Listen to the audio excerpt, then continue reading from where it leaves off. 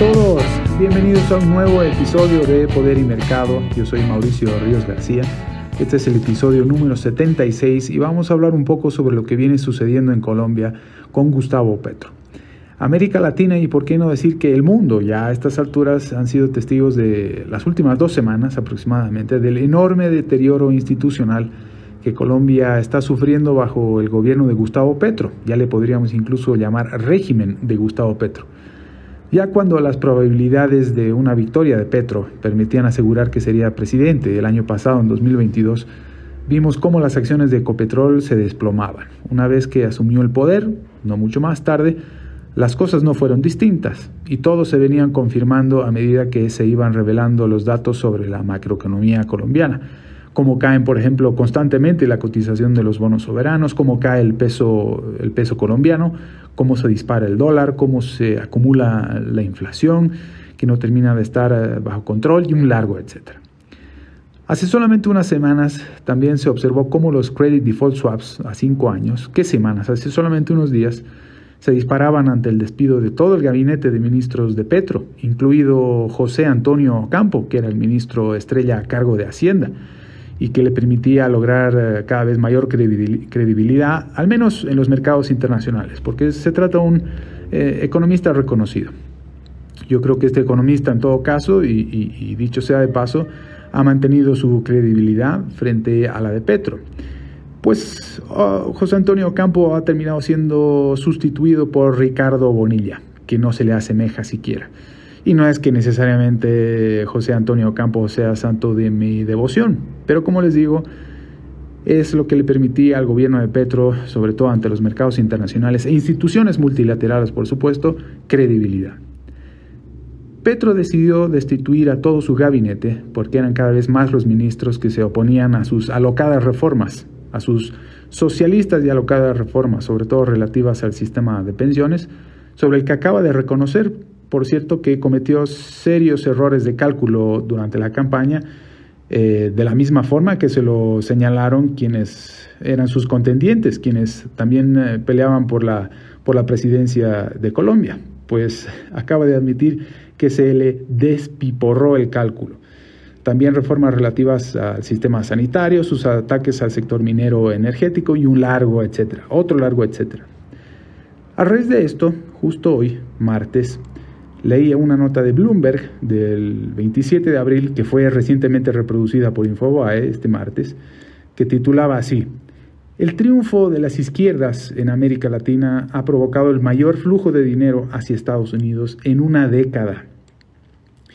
Y tiene pues sentido, porque personajes tan siniestros como Petro son funestos para la creación de riqueza en cualquier lugar donde se apliquen sus alucinaciones socialistas, con cosas como la expropiación de enormes extensiones de tierra, agresivos incrementos de impuestos, estatizaciones, etc. Solamente este lunes, por ejemplo, Gustavo Petro se atrevió a amenazar a Colombia de la siguiente manera: si era la reforma o era la revolución. A mí me parece que van de la mano. Las reformas pueden llevar a una revolución. El intento de coartar las reformas pueden llevar a una revolución.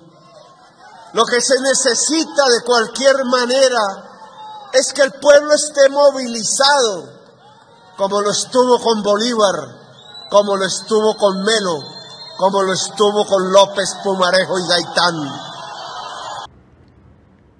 De esta forma, Petro ha llevado a Colombia del terrorismo de guerrilla al terrorismo de Estado. Pues como muy bien decía Lysander Spooner, el único seguro que tienen los hombres para mantener su libertad política consiste en mantener su dinero en sus propios bolsillos. En consecuencia, la nota de Infobae o de Bloomberg también dice: colombianos adinerados están aprendiendo cómo enviar su dinero a los Estados Unidos y rápido. A medida que todos los países importantes de América Latina se desplazan hacia la izquierda en reacción a la creciente desigualdad, que es algo con lo que no estoy de acuerdo, el problema es justamente el riesgo político, no la desigualdad económica. El capital sale volando de la región. Las personas y corporaciones en las 5 economías más grandes de la región sacaron aproximadamente, escuchen muy bien, 137.000 millones de sus países solamente en 2022. Esta cifra, con datos preliminares del Instituto de Finanzas Internacionales, un grupo de instituciones bancarias, es un 41% más alta que la cifra de 2021 y la mayor desde 2010. ¿Qué esperaban de Gustavo Petro? ¿Qué esperaban de otros como Boric en Chile, Arce en Bolivia, Castillo en Perú, Cristina y Alberto en Argentina y ahora de nuevo Lula en Brasil? Por suerte, al menos hoy, Uruguay y Paraguay sacan cara por el conjunto de países de la región, pero las mayores salidas de capitales de América Latina desde 2010 lo dicen todo. Señores, no digan que no se les advirtió. Muchas veces, cuando uno advierte lo que va a suceder con tal o cual candidato, si es elegido como mandatario, le dicen a uno exagerado, interesado en solamente conseguir clientes para la bolsa, comisiones de la banca privada y un largo etcétera. Pero así como sucede siempre, y en este caso luego de solamente unos pocos meses, lo terminan buscando a uno para invertir en el exterior, aunque eso sí, con tarifas considerablemente más altas que las que podían haber conseguido si hubieran hecho caso desde un principio a lo que se les advertía. Y que quede claro, por favor, quien invierte fuera de su país, sobre todo en América Latina, suele hacerlo por estos factores, justamente para reducir el riesgo político, el riesgo cambiario, por ejemplo, sobre su patrimonio. No lo hace por especular, no lo hace para jugar en bolsa o especular con bienes raíces, lo hace para proteger lo que es legítimamente suyo. ¿Quién va a cuestionar semejante cosa? Por supuesto, hay pillos en todo lado. Por supuesto que hay gente sin escrúpulos, que el dinero que pretende sacar del país no es el suyo, o que lo han conseguido de manera ilegítima, pero esos son muy fáciles de identificar, son casos muy fáciles de identificar y que tarde o temprano se sabe de dónde viene su dinero y será debidamente juzgado por la justicia. Pero eso de que invertir afuera es el paso en la dirección correcta, no cabe duda. Y no es que si uno saca su dinero en el exterior y lo invierte a largo plazo, deja de ayudar a su país. Es decir, hay muchas maneras de ayudar al país de uno. Pero lo primero que debe hacer es cuidar primero lo suyo, porque si no cuida primero lo suyo, después no tendrá manera alguna de ayudar a su país. Primero hay que pensar en salvar lo suyo, porque caso contrario no habrá manera alguna de ayudar a su país tampoco. Cuando esta clase de gente alcance el poder, como Gustavo Petro en Colombia, no se lo puede sacar ni con agua caliente. Lo saben muy bien esos 137.000 millones que buscan refugio. Nos vemos pronto en un próximo episodio de Poder y Mercado. Un saludo.